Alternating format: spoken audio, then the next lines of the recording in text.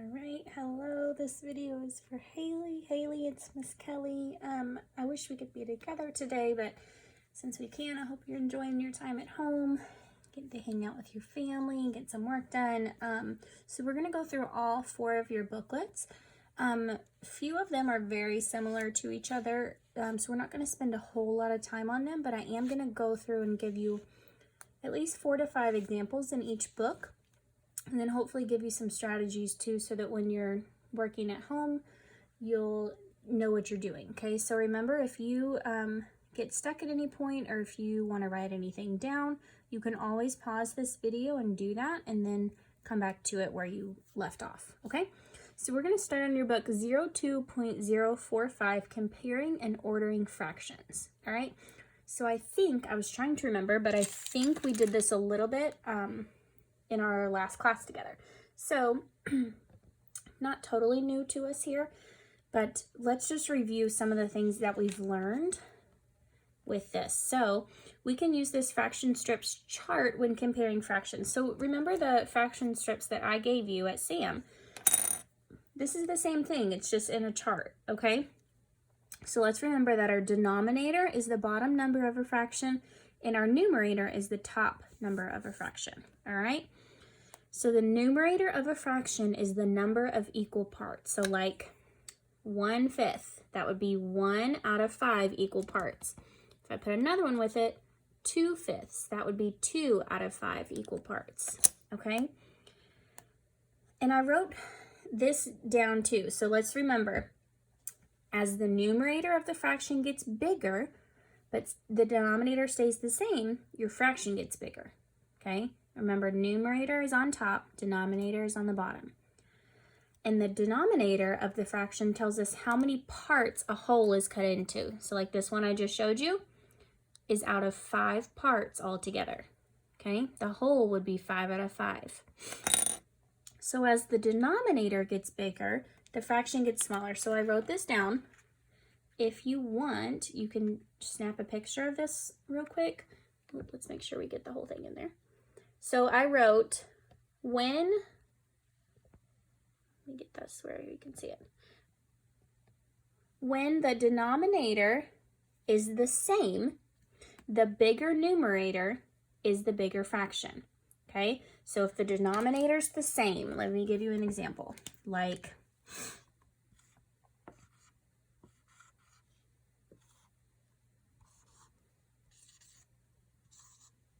when the denominator is the same, the bigger numerator is the bigger fraction. So if we had 3/7 and 6/7, their denominators are the same. They're both 7. So then we look to the numerator. The one that's bigger is the bigger fraction. So we would say that 6/7 is greater than 3/7, or 3/7 is less than 6/7, okay? Now the opposite is true when your numerator is the same. So when your numerator is the same, the fraction becomes smaller as the denominator gets bigger. So let's say now we're doing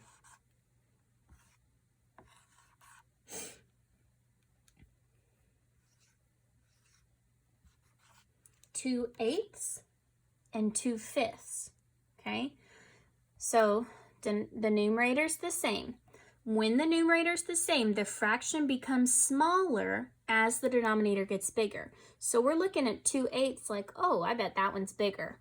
But that denominator is actually making this fraction smaller. So 2/5 would be the larger fraction, okay? So let's remember that. Let's get back into your book here. Okay, so when comparing fractions, 3 things can happen. Both fractions are equal. That means they have the same value, okay? So if we had, like, we were comparing 2/5 to 2/5, they would be the same, okay? One fraction can be greater than the other. So the open end of the greater than sign points to the bigger fraction. An example here, 5/7 and 2/7. Since the denominator is the same, the fraction with the numerator 5 is larger than the fraction with the numerator 2. Same thing we talked about here, okay? Denominator is the same, so the fraction with the bigger numerator is the bigger fraction. one fraction can be less than the other. So the closed end of the less than sign points to the smaller fraction. So if we're looking at 1/12 and 1/4, the numerators are the same. So the fraction with the denominator 12 is smaller. Remember, the bigger the denominator, the smaller the fraction, okay? All right. So to order fractions, we're gonna look and compare two fractions at a time. So if we were looking at these four fractions and they asked us to arrange them from smallest to biggest, they all have the same denominator, okay? So the one with the smallest numerator is gonna be the smallest fraction first, okay? So step one would be to compare 3/12 and 1/12. The numerator 3 is bigger than 1, okay? So 1/12, 3/12. Now we have to compare 3/12 and 7/12. 3 is smaller than 7. So now we have 1/12, 3/12, 7/12. And our last one, we're comparing 7/12 and 5/12. 7 is bigger than 5. So that order would be 1/12, 3/12, 5/12, and 7/12. Okay? So now, here's what our answer looks like. So our denominators are the same. Our numerators are going in order from the smallest to the biggest. That's a way to check yourself. Okay? All right. So I'm going to skip past these because the diagrams are already drawn for you, and I think you can easily compare and see which one is greater. So all you're going to be writing is that greater than or less than symbol in those problems, okay? Let's jump to page 9, okay? And I'm going to write these down on my board. So we're comparing the fractions on part A on page 9. We're comparing 1/4 and 1/2. All right, so let me look back at my cheat sheet over here.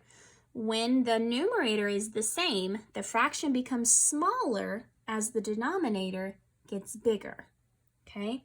So this denominator is bigger, but that tells me that this fraction is then going to be the smaller fraction. So we're going to draw it this way, okay? Let's try one more of those. 2/8 and 2/5. All right, what do you think about this one? So I see that we have the numerators the same again. So the fraction becomes smaller as the denominator gets bigger, which means that this fraction is going to be smaller. My open mouth needs to be pointing this way, okay? All right.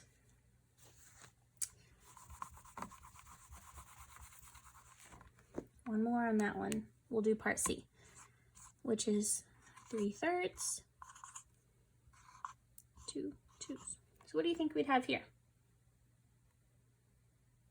That's right, these would be equal. Numerators and denominators are both the same in each fraction. These are both equal to a whole, okay? So that means they are equal to each other.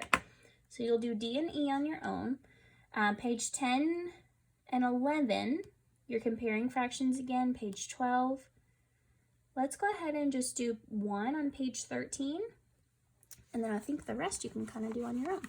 So on page 13, you have 4 fractions there. I'm going to write them on my board, but you don't have to because you have them in your book. 8/10, 3/10, 6/10, and 2/10. So for each of the following, we're going to circle the smallest fraction. So looking at those 4, they all have the same denominator. So remember our rule. When the denominator is the same, the bigger numerator is the bigger fraction. So the biggest fraction here would be our 8/10, right? So what would be the smallest fraction here? That's right, it would be 2/10. Good job. All right, let's jump to page 17 because we're gonna have to put these in order from the smallest to the biggest. And I just wanna make sure you know how to do that before I leave you to do it on your own.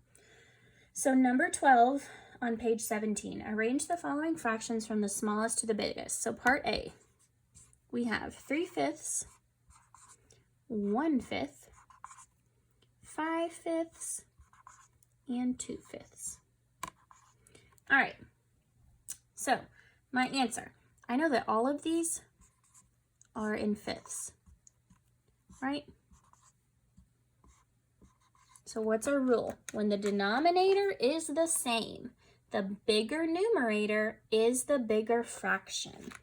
So we need to start with the smallest one first. So which one of these four would be the smallest fraction? 1/5, that's right.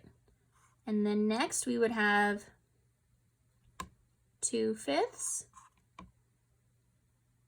Coming up next would be 3/5, and our biggest fraction would be 5/5 because that one would actually be equal to 1 whole. Okay, remember that you can pause this if you need to at any time and go back to it.